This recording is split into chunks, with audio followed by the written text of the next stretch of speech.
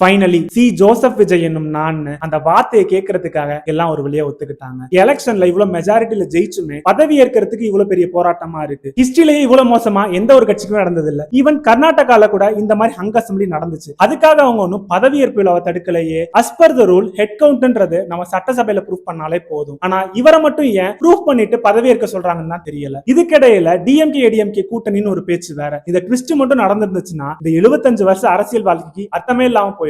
அவங்களுக்கே நல்லா தெரியும். இப்ப இருக்கிற நிலவரப்படி பார்த்தா டிவிகே, காங்கிரஸ், விசிகே, கம்யூனிஸ்ட் இவங்க எல்லாரும் சேர்ந்து தான் ஆட்சி அமைக்க போறாங்கன்னு தெரியுது. அண்ட் இந்த கூட்டணி ஆட்சின்றது ரொம்பவே ரிஸ்கியானது. ஒரு காமன் பர்சனா எனக்கு ஒரு கேள்வி, புதுசா வந்திருக்க கட்சி என்னென்ன அடி வாங்க போகுதோ, ஒண்ணுமே தெரியாதவங்கிட்ட நாட்டை படைச்சா எந்த நிலைமைக்கு ஆளாக போகுதோன்னு என்னென்னமோ சொல்றாங்க.